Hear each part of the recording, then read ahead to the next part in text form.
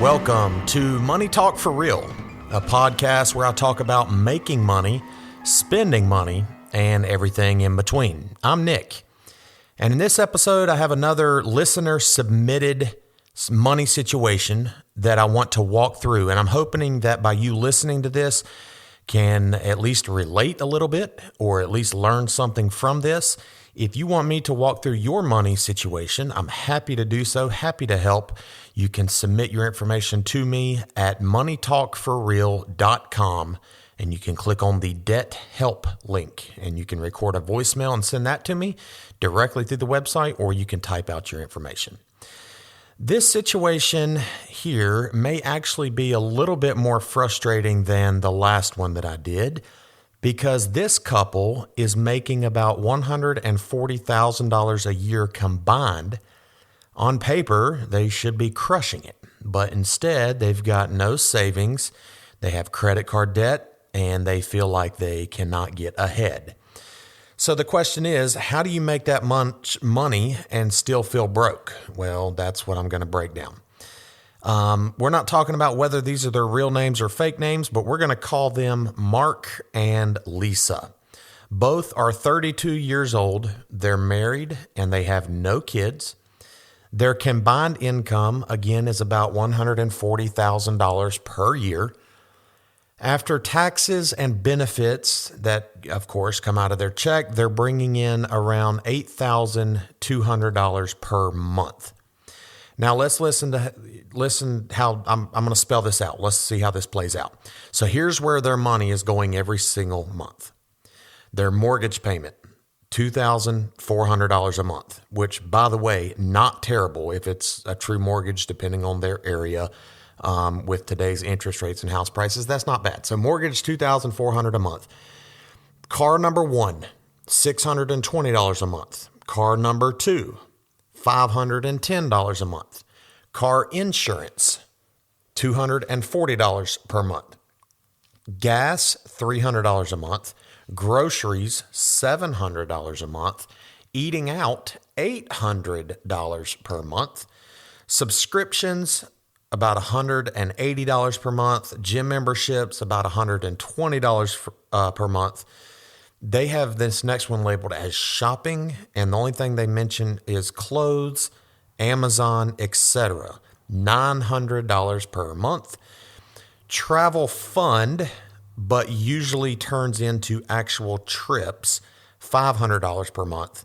And then their credit card minimums that they owe each month. Again, the minimum payment on all their credit cards combined, I'm assuming is what they're talking about here, $400 per month, which totals about $8,670 per month. So yes, they are overspending by roughly $400 to $500 every single month.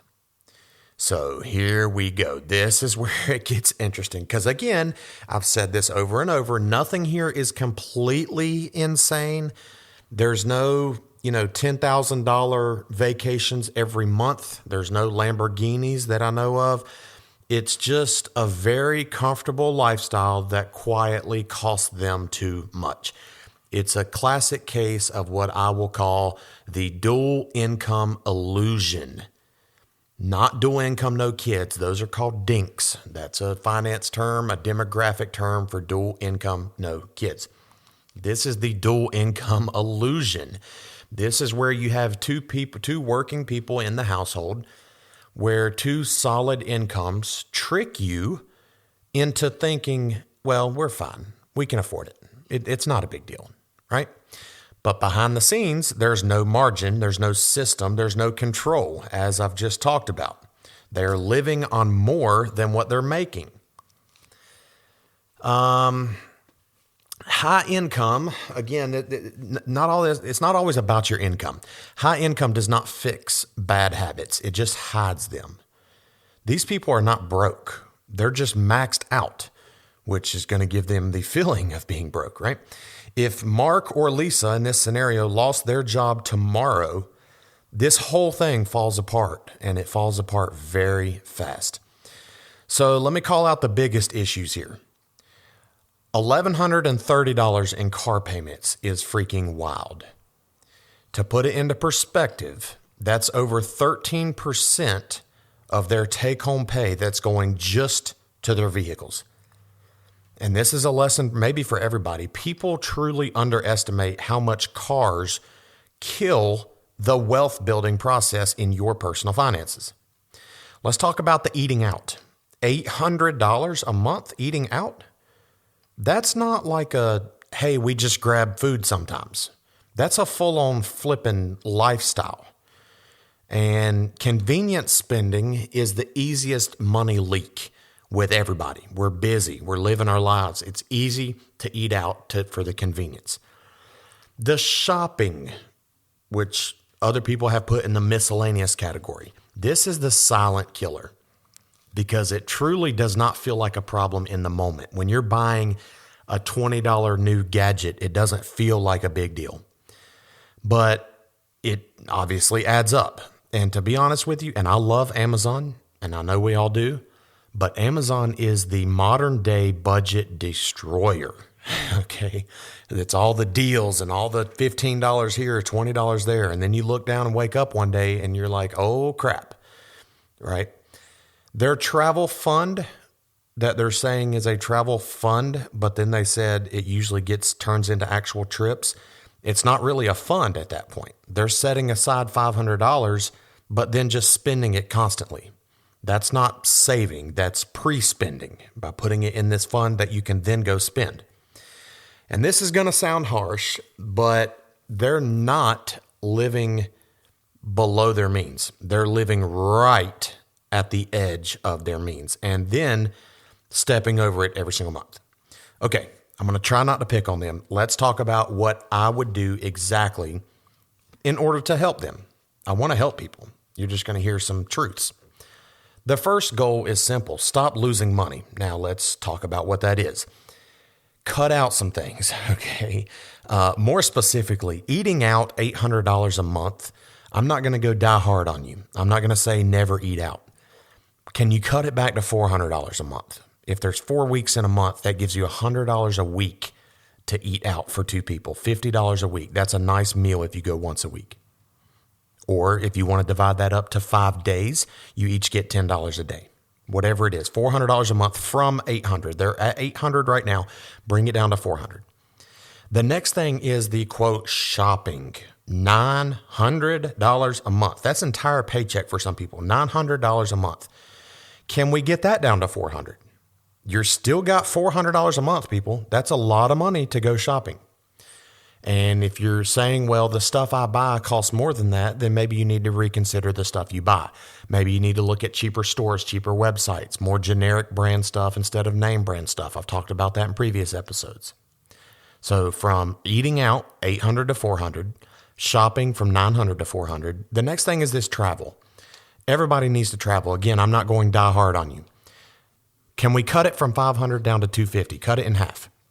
$250 a month for a travel fund is still pretty good, okay? If you save that up and do that for 10 months, that's $2,500. So to tally this up, we saved $400 a month on eating out. We're cutting back $500 a month on shopping, and we're cutting back $250 a month on the travel. Those three frees up $1,150 per month. Over $1,000 a month. And you see that I did not go die hard. You could cut that back from eating out. Maybe instead of cutting it back to $400, you cut it back to $100. One meal a month, one eat out, enjoy nice meal a month, whatever. But my point is you don't need to cut everything. You just need enough room to breathe. We're trying to create margin here. The next thing, let's talk about these freaking cars. If they can eliminate even one car payment, it's a game changer. Whether that's refinancing or downsizing, I'm sorry, but can you do it? Do you really need whatever vehicles you have? That could free up $300 to $600 a month right there. The other thing that I would consider potentially a big deal for couples, and more specifically married couples, because typically married couples are going to have combined finances, whereas if you're not married, I would not recommend combining finances. If you are married and have combined finances, I would recommend that essentially define some roles.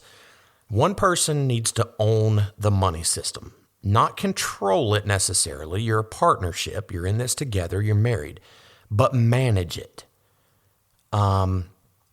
There is a situation, it is a thing that when both people manage money, then often no one manages money, right? And it's not that you're going against each other. You're not contradicting each other or again, you're not hindering each other. It's just that one person should manage it. It doesn't have to be the man. It can be the woman. It doesn't matter.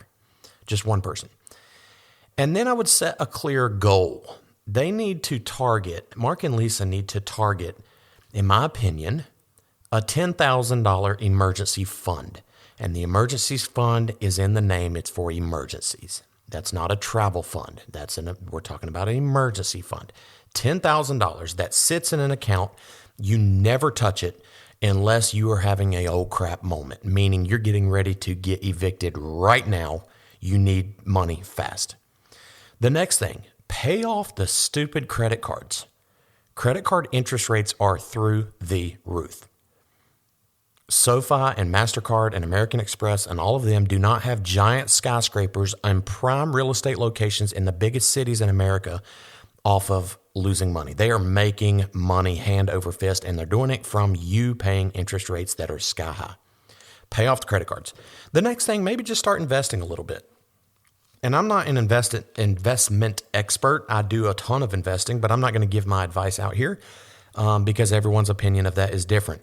But just start investing even a little bit. Just get into the habit. And the first habit may be a step backwards and just say saving. Get into saving a little bit. That can build some habit, build some momentum, and then invest it.